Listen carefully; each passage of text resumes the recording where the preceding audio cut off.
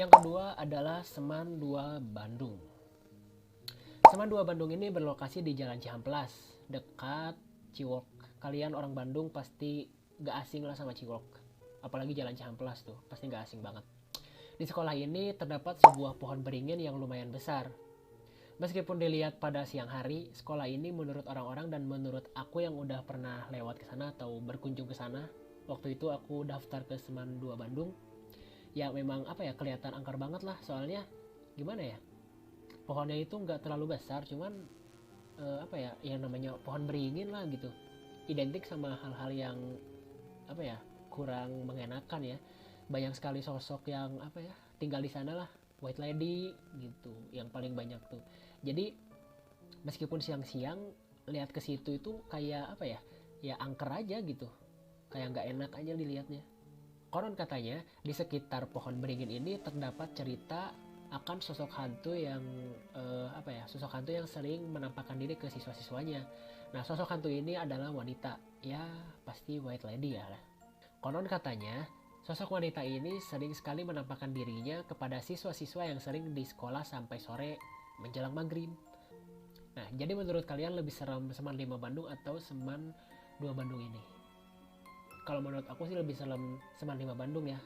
Karena ceritanya itu sudah menjadi legenda, anjir. Legenda tersendiri di kota Bandung.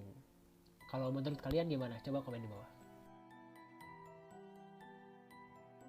Yang ketiga adalah Santo Aloysius. Sekolah ini menempati sebuah gedung tua peninggalan Belanda yang dibangun sekitar 1930-an. Wah, sebelum kemerdekaan ya. Saat masa penjajahan dulu, bangunan SMA Santo Aloysius ini kerap dijadikan sebagai gedung penting dan menjadi tempat pengasingan para pejuang pribumi penentang Belanda.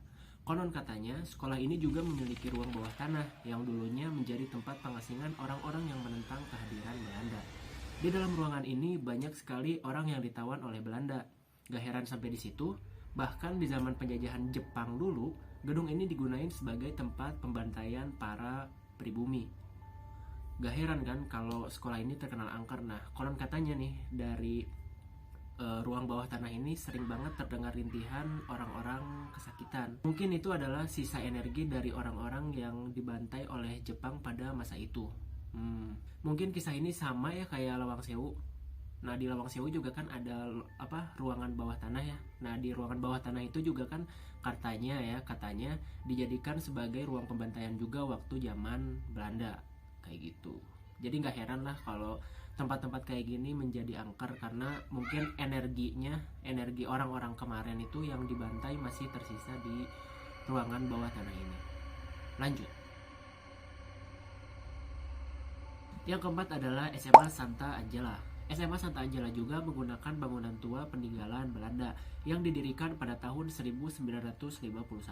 Kisah mistis yang paling terkenal adalah lukisan di ruang guru yang selalu memajang dengan sendirinya di setiap tahun dan acara-acara tertentu. Mungkin kayaknya di acara-acara penting ya, kayak misalnya Paskah atau acara-acara penting umat Nasrani ya.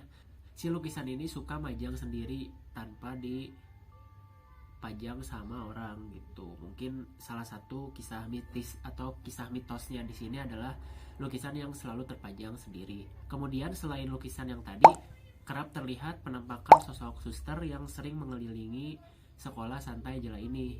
Ya mungkin dulu ada sebuah kisah tragis atau tragedi yang dialami oleh suster ini, dan si suster ini mungkin mempunyai habit yang suka mengelilingi sekolah Santa Angela ini. Jadi mungkin si energinya itu masih tersisa sehingga si habitnya ini masih terus terulang sampai sekarang. Dan konon aku dengar-dengar ya, kalau misalnya ada energi yang tersisa dan kemudian si orangnya itu mempunyai habit tertentu, kemungkinan ya si habit itu bakalan terus-terusan terulang sampai kapanpun begitu. Lumayan serem ya. Lanjut. Nah, yang terakhir adalah SMP Yos Sudarso.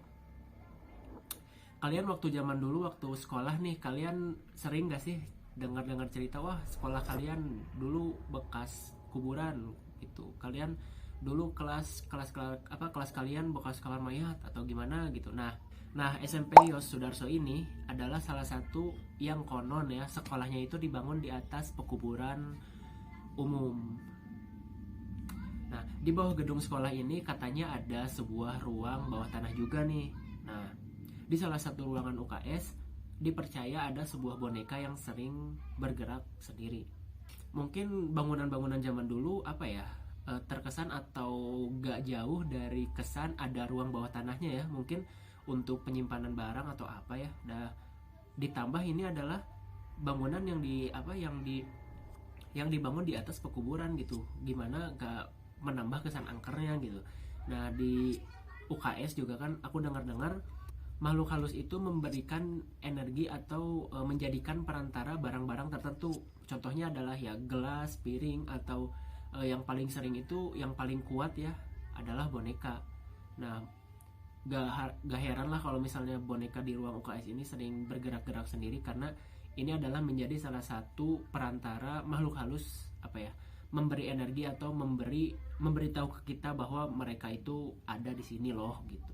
Jadi mereka menggunakan boneka sebagai perantaranya. Serem juga. Nah, mungkin segitu dulu aja ya buat daftar sekolah terangker yang ada di Bandung. Mungkin sekolah kalian juga angker dan gak kemasukin ke daftar yang aku sebutin tadi. Nah, kalian bisa komen di bawah dan ceritain kisah-kisah apa aja yang terjadi di sekolah kalian, atau teman-teman kalian lah yang beda sekolah, kalian bisa ceritain di kolom komentar.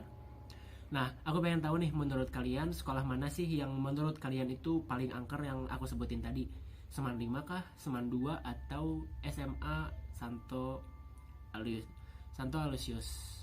Kalian bisa komen di bawah, oke? Ya, emang sih setiap sekolah itu pasti punya cerita mistisnya sendiri-sendiri ya. Mulai dari bekas bangunan Belanda lah, dibangun di atas pekuburan lah, atau bekas rumah sakit lah gitu.